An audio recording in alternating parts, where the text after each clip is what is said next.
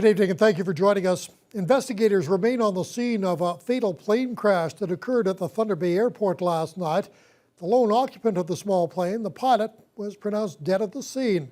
Several flights had to be canceled last evening as emergency crews converged on the runway, and a few more flights were disrupted today. William Dougal has more. Just after 9 o'clock Monday night, residents around the Thunder Bay Airport heard a loud bang and were able to see flames and thick smoke on the tarmac. The plane was a Rockwell Commander 690B, owned by MAG Aerospace, similar to this one.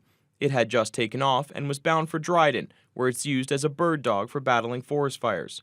Spokesperson for the Transportation Safety Board, Chris Krepsky, outlines what happened. There was a Rockwell Commander 690B, operated by MAG Aero, that departed from Thunder Bay, Ontario on a flight to Dryden, Ontario. The aircraft departed on runway 12 at Thunder Bay. While returning to land on runway 07 at Thunder Bay, the aircraft lost control and struck the runway surface. Soon after the crash occurred Monday night, emergency crews rushed to the scene and put out the fire.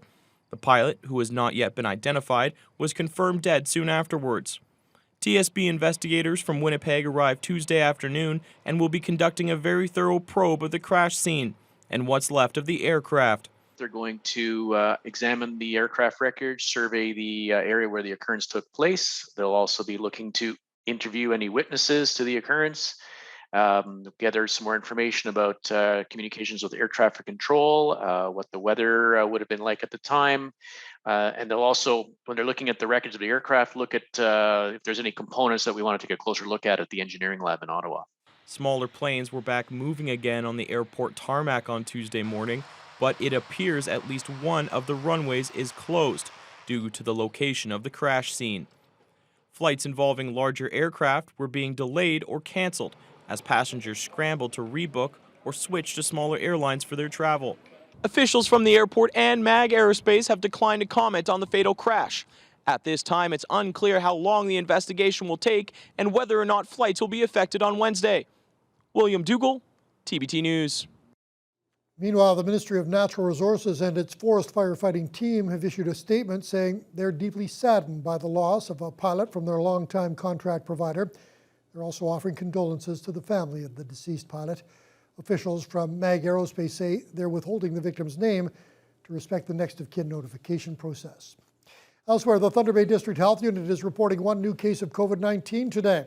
The case is in the Thunder Bay area, and like many recent cases, the exposure source is being attributed to travel outside of northwestern Ontario.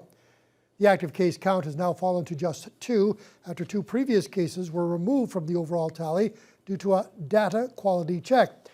Now, that puts the total cases to date at 3,350. Meanwhile, the weekly vaccination update shows just 2,590 doses were administered last week. That includes about 700 first doses. That puts the number of eligible people 12 and up who are fully vaccinated at 71%. The Ministry of Health, which uses a different population data set, pegs the district at 77.2% of eligible residents having received both doses. The Government of Ontario made a number of vaccination-related announcements today, but it is stopping short of making COVID-19 vaccinations mandatory for all healthcare and education workers. Colin DeMello reports.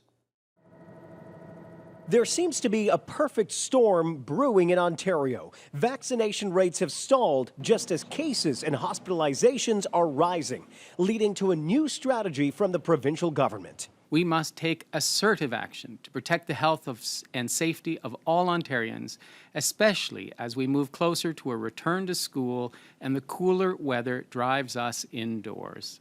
The sweeping changes will affect thousands of public employees across the province, including those in hospitals, home and community care, ambulance services, licensed childcare, public school boards, post-secondary institutions, retirement homes, and congregate care settings.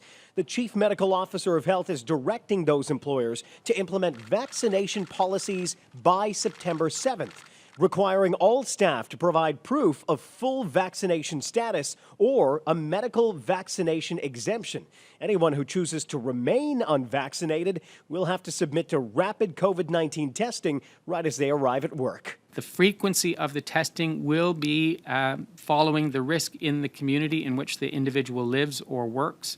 and at a minimum, it would be once a week. It would escalate to up to twice or 3 times a week, depending on how Delta is spreading in the community.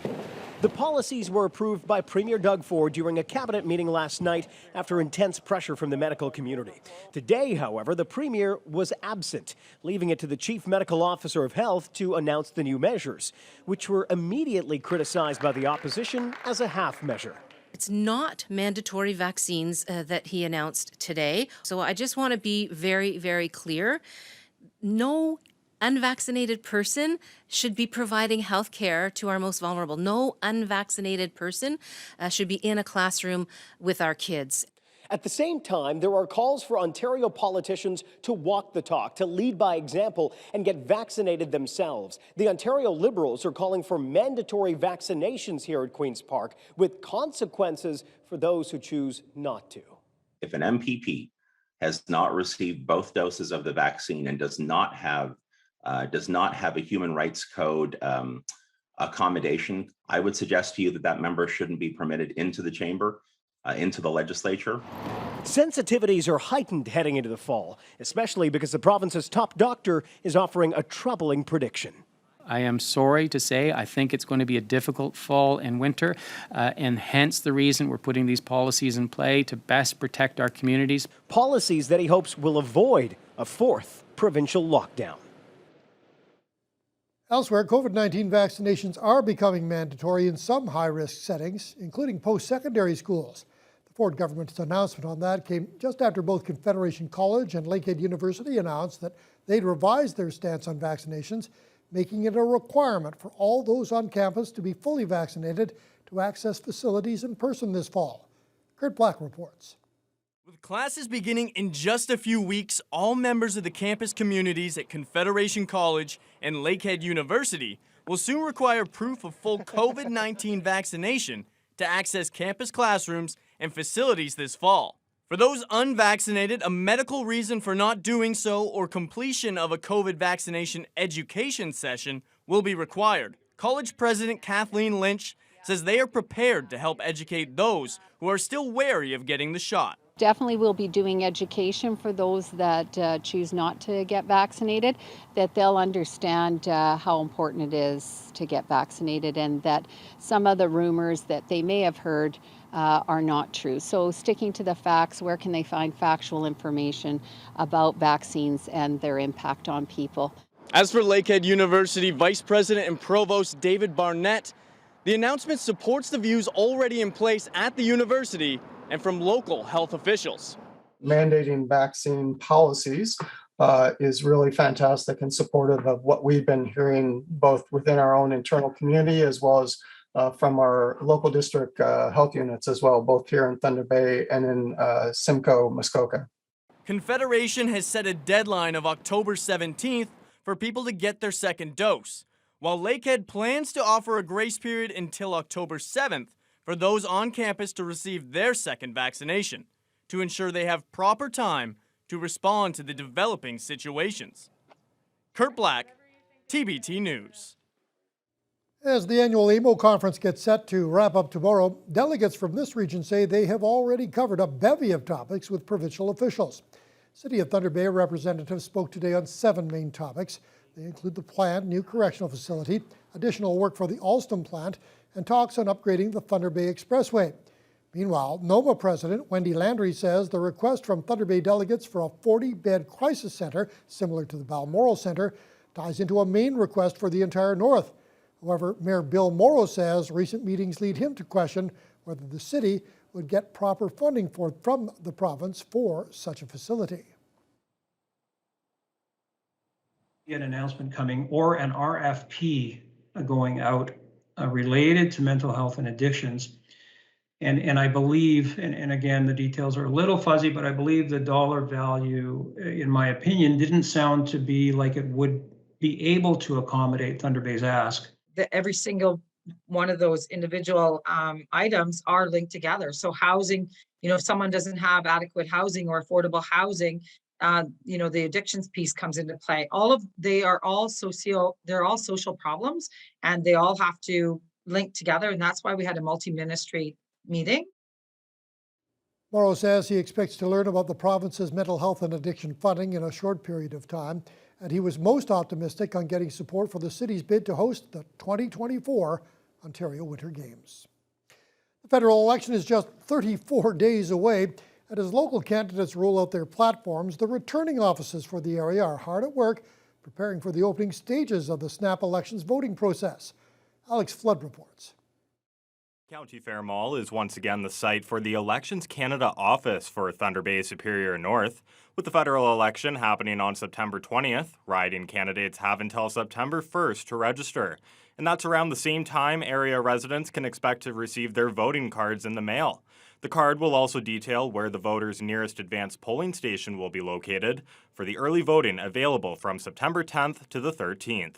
Dale Mason, the returning officer for Thunder Bay Superior North, says their main focus right now is hiring hundreds of staff for Election Day and some for the month leading up to it as well. He's encouraging anyone 16 years of age or older to apply for a paid position at a nearby polling station. Go to our website, which is elections.ca, okay, and there they can click on employment and then look at the jobs that are available and tick off the ones that they think they could do.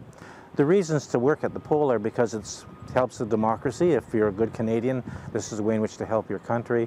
It's also enjoyable. Most of the people who worked for us in the past want to come back and work at the next election. Meanwhile, the former Agnew H. Johnston School is the main site for the Thunder Bay Rainy River returning office. Elections Canada is projecting a high number of mail-in ballots to be cast this year due to the ongoing pandemic.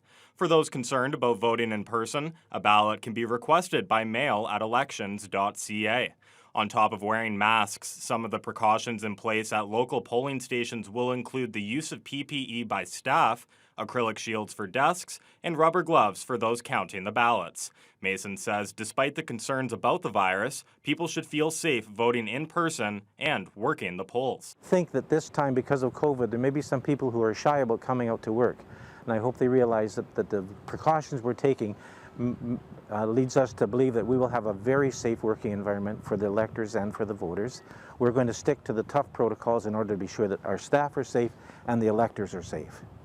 By the time Election Day rolls around, each returning office will have over 700 employees working to ensure a safe and smooth process for the 2021 federal election. Alex Flood, TVT News. Well, the federal election is making headlines. A local candidate for the 2020 provincial election has thrown his hat into the ring. The Ontario Progressive Conservative Party announced this week that Kevin Holland, the current mayor of Conmee, has been nominated as the PC candidate for Thunder Bay-Atikokan. Holland has over 30 years' experience as an elected member of Conmee Council, living in the riding his entire life. Holland feels strongly that he would be well suited to be the riding's voice at Queen's Park. I've grown up in this riding. This is my home. It's been my home. We've run a business in this riding. It's important to me, and I really do feel that I have the experience and the knowledge to make improvements to the riding for the betterment of everybody. So, Thunder Bay-Atikokan, there's so many opportunities in Thunder Bay-Atikokan that need to be capitalized on, and with my experience, I feel that I can be a good voice to see some of that materialize for the region. When the campaign begins next year, Holland says he will go on a leave of absence from his council duties, and if elected, he will make the full switch to politics at Queen's Park. Well, Fiona, if you were a big fan of the weather yesterday, chances are you're really